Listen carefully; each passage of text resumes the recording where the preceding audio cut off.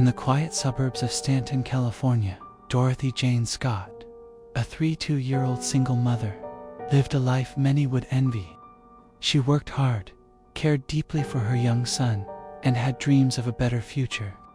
But behind her bright smile lurked a shadow, an anonymous stalker who had begun to invade her life in terrifying ways. 4 months before her disappearance in 1980, Dorothy received disturbing phone calls from a man who alternated between professing his love and making chilling threats. His voice was both possessive and cruel, warning that if she didn't return his affections, she would be harmed, even killed. He said he would cut me up so no one would ever find me, Dorothy confided to friends.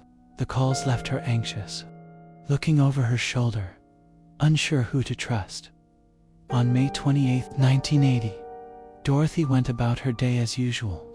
After work, she drove two coworkers to the hospital to pick up a prescription. While waiting inside, she said she would go retrieve her car and meet them at the exit. But when her coworkers stepped outside, they saw Dorothy's white 1973 Toyota station wagon speed away, with no sign of who was driving. Hours passed with no word. Dorothy had vanished. The next morning, around 4:30 a.m., her car was found ablaze in a dark alley some 10 miles from the hospital. The burned-out vehicle was an eerie signal.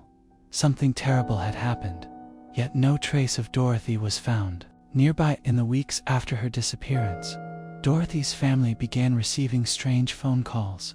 The same menacing voice that haunted Dorothy now spoke to her parents, taunting them with claims that he had killed their daughter. These calls often came when her mother, Vera, was home alone. Police installed a voice recorder at the house, but the caller never stayed long enough to be traced. Years of grief and unanswered questions haunted the Scott family, as the tormenting calls eventually ceased after Dorothy's father bravely answered the phone one day in 1984. 4 years later, in August 1984, a construction worker stumbled upon partial human remains near Santa Ana Canyon Road. The bones were charred and weathered. To watch the rest of this video, click the title at the bottom left of your screen.